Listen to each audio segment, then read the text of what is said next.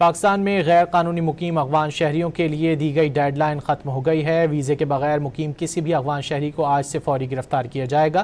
کراچی میں بھی پولیس کی جانب سے کارروائیاں شروع کر دی گئی ہیں۔ مزید جانیں گے ڈان نیوز کے نمائندے محمد بلال خان سے۔ بلال بتائیے۔ جی بالکل، دیکھیں وفاقی وزیر داخلہ کی جانب سے غیر قانونی مقیم افغان باشندوں کو ڈیڈ لائن دی گئی تھی اور آج یہ ڈیڈ لائن ختم ہو گئی ہے، جس کے بعد پاکستان بھر میں افغان شہری جو کہ غیر قانونی طور پر پاکستان میں رہ رہے ہیں ان کے خلاف لاک ڈاؤن کا آغاز آج سے کیا جائے گا۔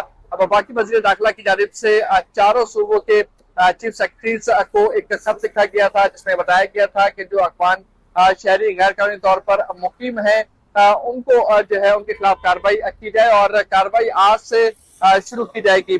کراچی کی بات کی جائے تو کراچی شہر میں روزانہ کی بنیاد پر غیر قانونی مقیم افغان باشندوں کے خلاف کریک ڈاؤن جاری ہے۔ روزانہ کی بنیاد پر مختلف علاقوں میں سرچ آپریشن بھی کیے جا رہے ہیں اور ٹارگیٹڈ آپریشن بھی کیے جا رہے ہیں۔ تقریباً 10 سے 12 دنوں کے دوران 5000 سے زائد غیر قانونی مقیم افغان باشندوں کو گرفتار کیا گیا ہے اور انہیں جو ہے وہ بارڈر منتقل کیا گیا۔ پولیس حکام کی جانب سے یہ بتایا گیا ہے کہ جو افغان شہری ہیں اور جو غیر قانونی طور پر کراچی میں رہ رہے ہیں ان کے خلاف کارروائیاں جاری ہیں۔ روزانہ کی بنیاد پر مختلف جو علاقے ہیں جہاں پر یہ شبہ ظاہر کیا جاتا ہے کہ افغان شہری ہو سکتے ہیں، وہاں پر روزانہ کی بنیاد پر سرچ آپریشن جاری ہے۔